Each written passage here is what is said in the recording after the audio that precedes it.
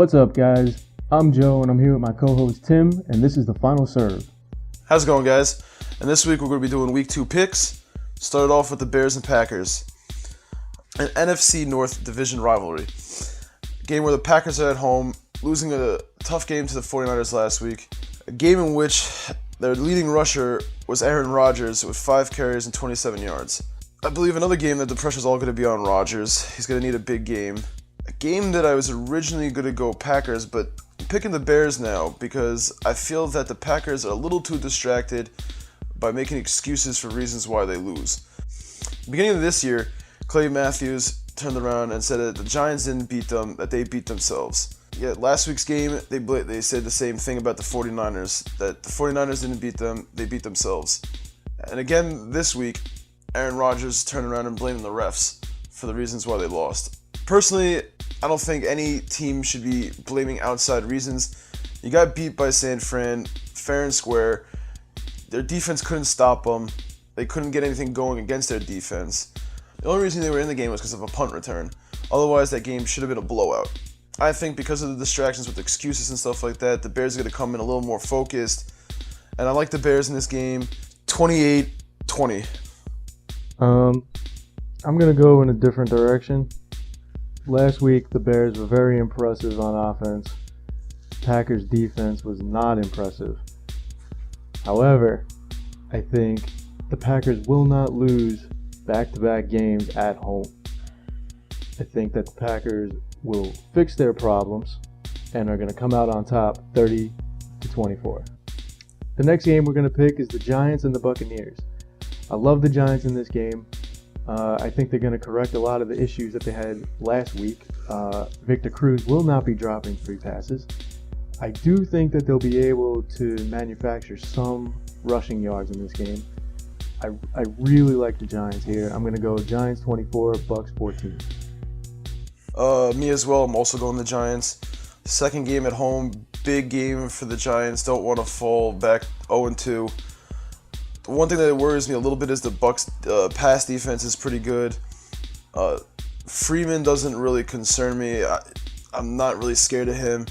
Martin, though, had 95 yards on 24 carries. A little worried about that considering the way the Giants' rush defense looked last week. I expect Manning to have a big game, throw for 2-3 touchdowns despite the pass defense from the Buccaneers. My bold prediction for this game is that Bradshaw has 100 rushing yards in this game. I have the Giants winning this game 35-17, big fashion. The next game that we're going to be talking about are the Ravens against the Eagles. Eagles are at home against a Ravens team that demolished the Cincinnati Bengals. Eagles coming off a win that they really shouldn't have won. Vic had 4 turnovers in the game. Should have had another turnover with a fumble.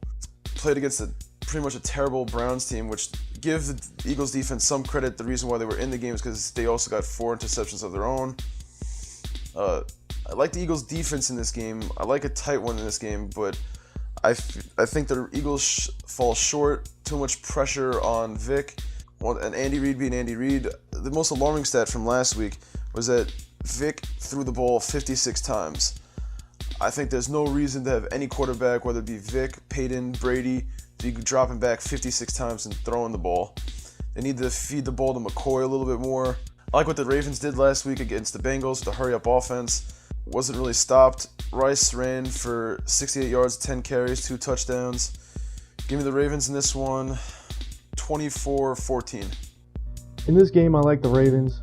I think they're all around the better team. I wasn't overly impressed with the Eagles. Ravens dominated the Bengals. And I think that, like you said, it's going to be relatively close, but Ravens 28, Eagles 21. I might even be generous giving the Eagles 21 points here because that Ravens defense is so good. Flacco's going to have a good game. So is Ray Rice.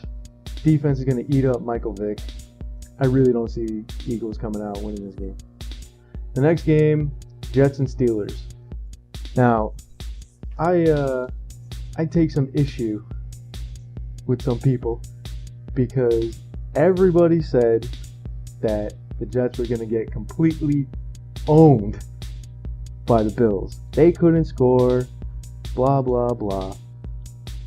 However, the Steelers being the Steelers, it's hard not to like them.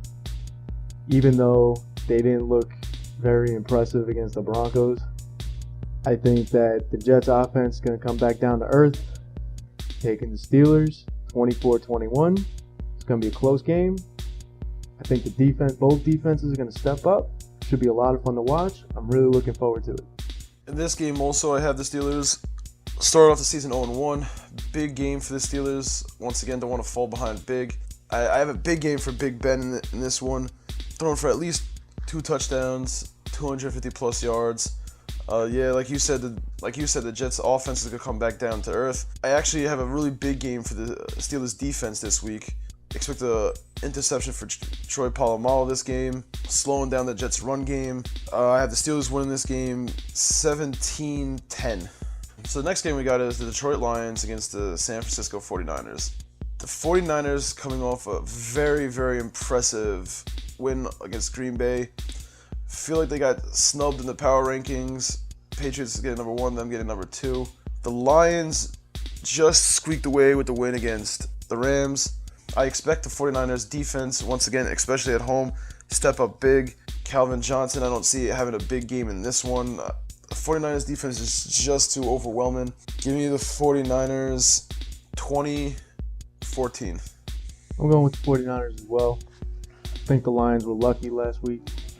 49ers dominated. 49ers 27, Lions 20. Our final game, the Broncos and the Falcons. Peyton Manning, was he out a whole year? It's hard to tell, wasn't it? Broncos defense looked a little shaky at times, but overall, I like them. Von Miller is a beast. I think this is an interesting game because it can go either way. If the Broncos could put enough pressure on Matt Ryan, I do not see the Falcons going anywhere, even though they have this new fast-paced, high-powered offense. I just don't see, if you put enough pressure on Matt Ryan, he's going to crumble. I'm not his biggest fan. I'm going to go with the Broncos in this one. I'm going to say Broncos 33, Falcons 28 on this Monday Night Football. See, this game's a tough one for me. Mainly for the reason that Matt Ryan, throughout his career, has a 25-4 record at the Georgia Dome. And for that alone, it's hard for me to pick against him. But Peyton Manning last week looked like the Peyton Manning of old. Picked apart the Steelers' defense. I don't see how the Falcons' defense is going to do much better against him. McGahee had a pretty nice day, running for 64 yards on 16 carries.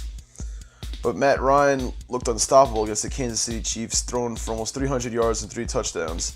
I also believe there's going to be an offensive shootout. I'm actually going to go with the Falcons on this one.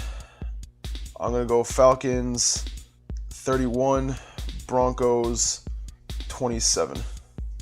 All right, that's going to do it for us. Follow us on Twitter @TheFinalServe.